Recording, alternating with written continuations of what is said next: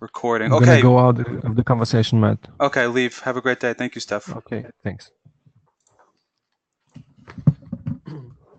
Natalie and Victor, I have you.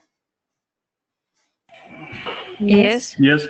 Okay, beautiful. It's a pleasure. Once again, thank you for joining the team. I'm very excited you guys are both here. Now, you guys are going to be doing two different projects. However, it doesn't matter. It doesn't matter what you're selling.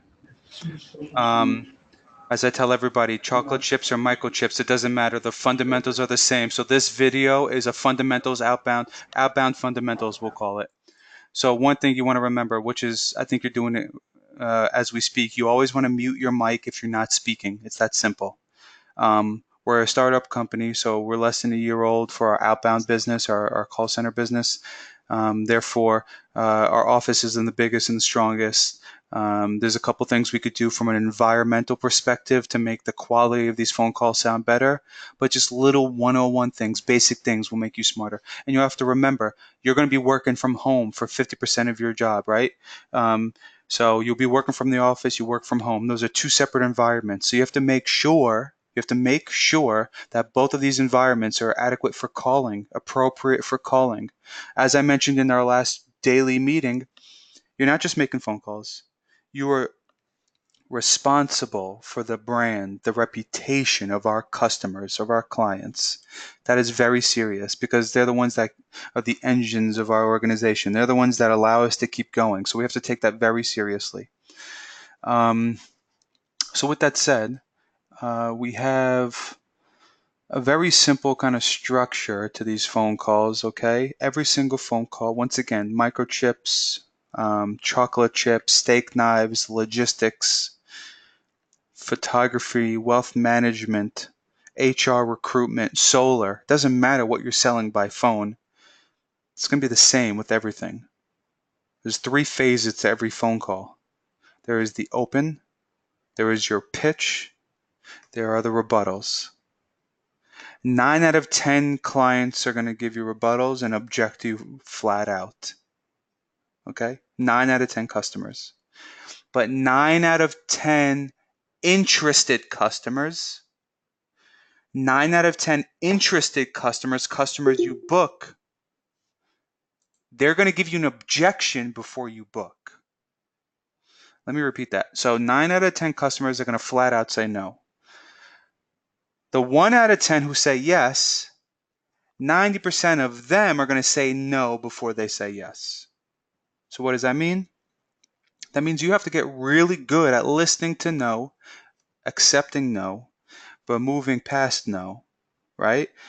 They say no, you move past it, you give them a rebuttal. We have a 3 nudge policy in this company. You never hang up the phone until you give them 3 nudges, 3 rebuttals. And they're always professional, they're always swift, they're always appropriate according to the objection, right? Because we're not just robots reading off of a script with pre-recorded messages. We're human beings and we're listening. We're using emotional intelligence to listen to the customer, to assume what they're thinking, what they're feeling, and then we give responses based upon the information we collect and their objections. So I'm not trying to overcomplicate this. I'm actually trying to make it really simple. Somebody says, we're selling financial advisory services. Then somebody says, you know what? I don't really have any money in the bank, so there's no need to pitch me your services.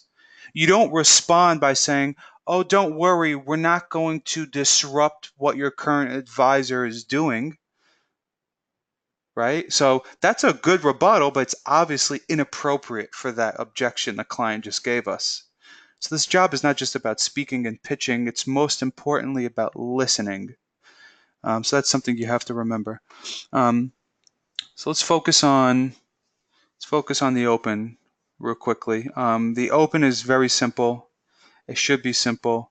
You have two very, very basic objectives. You want to introduce yourself.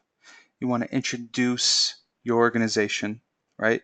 So the organization you work for, it's technically not the person you're calling on behalf of, but you want to act as though that is who's calling, right? So, for example, client A, Namcre, Nomadic Creative, they're a photography services company.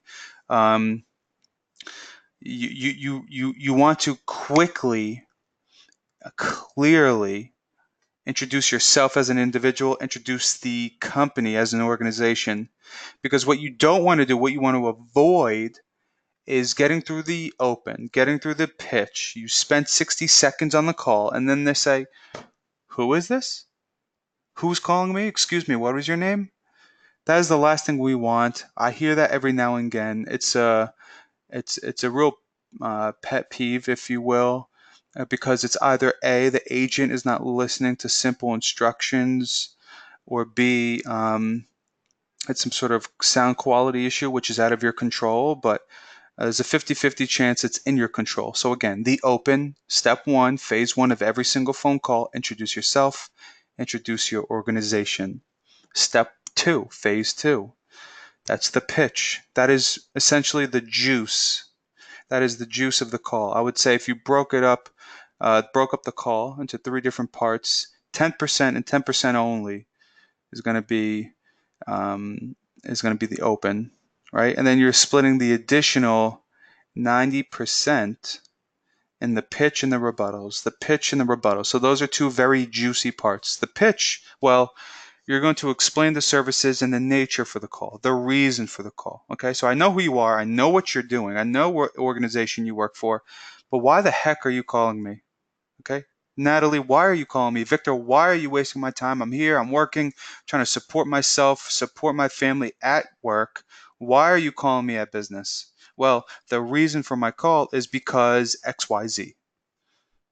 The reason for my call today, I'm not trying to sell you something. I just want to introduce myself, introduce my organization, and then XYZ. Okay, so that's phase two, step two. 3 is the rebuttal. Okay, rebuttal, once again, equally as pivotal as the pitch. It's not why we're calling. We know why we're calling by this point. It's not who you are and who you work for. We know who you are and who you work for at this point. You're turning their no's into a yes. You're turning their objections into a conversion. Okay? It's obviously not going to work every time. But as I mentioned earlier, 9 out of 10 people who say yes, they said no first, right? Because you have to understand, people are just inclined to reject services by phone. There's a lot of companies trying to get the attention of people, a lot of companies, a lot of brands, and it's not just by phone, it's everywhere you look. It's on the internet, it's on television, it's everywhere someone's trying to market a service or a product.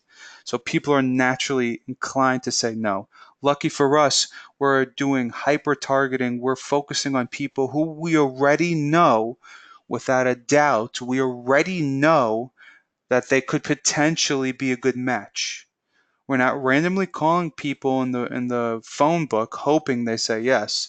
There's strategy behind our data collection, so we're putting you in front of potential customers, people who would gain value in our services. Doesn't matter if it's photography, wealth management, solar, job recruitment, doesn't matter. Logistics, we're putting you in front of the right people. That's why if you clearly introduce yourself, if you clearly and effectively give a good pitch, they'll still absorb this information. They'll still maybe say no, but if you give good rebuttals with additional information, some of them, 10% of them or so, will say yes, right?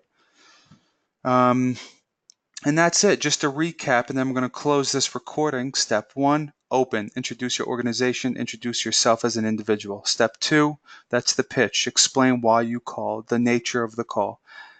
Step 3, rebuttals. 9 out of 10 people will say no. No doubt about it. We don't care. That doesn't scare us.